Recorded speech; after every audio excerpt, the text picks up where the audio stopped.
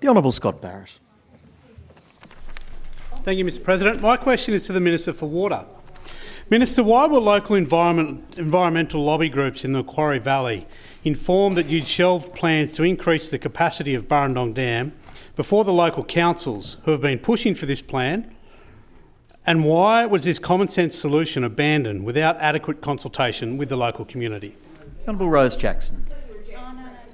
We have spent so long working on the Macquarie Regional Water Strategy and the final business case to consider its implications. So long. I know that local councils in that area supported using the flood mitigation area of Burrendong Dam as a water security solution. I know that they did because I consulted with them and met them many, many times. Consultation was comprehensive in relation to this piece of work. We did not select that as our preferred solution for a very, very clear reason. And I would be interested to know if the Shadow Minister for the Environment agrees with Mr Scott Barrett, because the reason we shelved it was there was clear evidence that I'm happy to share with any member that that would have an incredibly damaging, irreversible impact on the World Heritage Ramsar-listed Macquarie Marsh wetlands. Anyone who's visited the Macquarie Marshes knows that this incredible Ramsar-listed wetland is a jewel of that part of New South Wales. It's an incredible place for bird breeding and other incredibly significant ecological impacts. The option to use the flood mitigation zone in Burrendong Dam as a water security solution would have had a profound impact on that environmental asset and just could not be justified for that reason. And if the position of the Liberal Party is that Ramsar-listed wetlands should be put at risk when there are other ways to secure water security in the region, I'd be very interested to hear that. And they should be upfront with the community about their intention to irreversibly damage those wetlands. We are pursuing other options, groundwater strategies and other solutions that were also clearly investigated as part of the all options on the table business case. But the consultation was comprehensive and the reason for the decision was clear. Thank you. The Honourable Scott Barrett. Thank you, Mr President. I thank the Minister for that answer and also the offer to share the modelling that is going to show how damaging this proposal would be to the Macquarie Marshes, because the story we're hearing is very different. What we're talking about doing here is raising the capacity of Burrendong Dam up to 100% of where it is now during extreme flooding events, so at a time when water is making its way down to the Macquarie Marshes, when the country is wet and flooded. So to be able to hold back a little bit more water at that time to secure critical human needs for an additional year, as well as better manage that water flow, that would reduce the impact that it would have, the flooding impact that it would have on riparian zones, reduce the bank slip that flood events cause. The environmental impact of this, from my understanding and the people I'm talking to, is nowhere near as catastrophic as what's being told. So if there is modelling to suggest otherwise, it would be great to see that, and I'm sure that the councils would be happy to take that on too. Thank you. The Honourable Rose Jackson. I'm more than happy to share.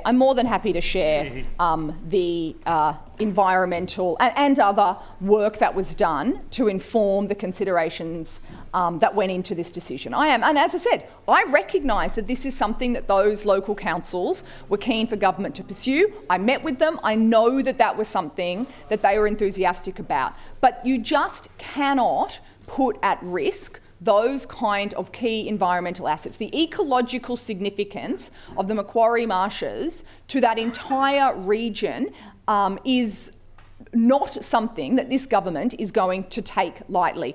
These dams are large. You can't fill and empty them based on climatic conditions that are impossible to predict. We don't know when there's going to be massive rainfall events. We don't know with enough clarity when it is going to just stop raining. So we have to be thoughtful and minimise the risk to those key environmental assets.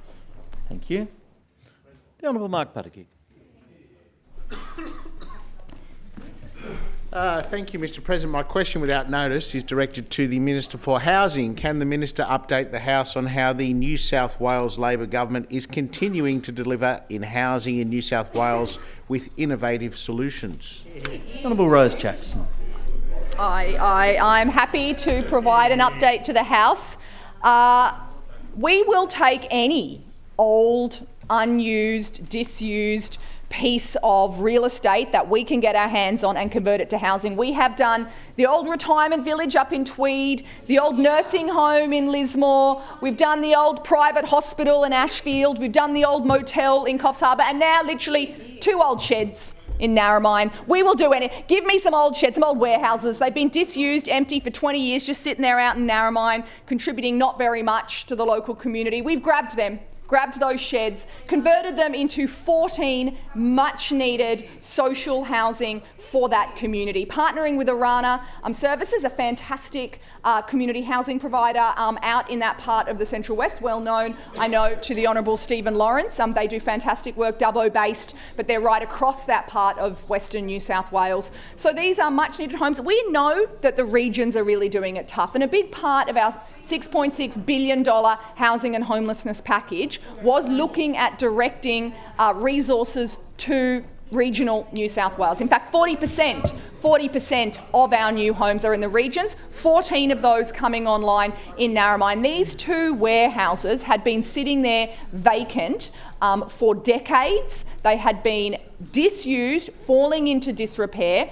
And through investment on behalf of the New South Wales Government with our local community housing providing partner, we've been able to build 14 homes. Now, these homes are going to be critical for women and children fleeing domestic violence, and in particular older people who are being squeezed as part of rent increases in our regions. We know that rents in regional New South Wales are a real pressure point, and that some of those more affordable places are not affordable anymore, and that people increasingly need that social housing solution. Well, now Narromine is going to have 14 brand new homes. I mean, there's 6,400 coming. The Minister's time has expired. There's going to be lots of updates.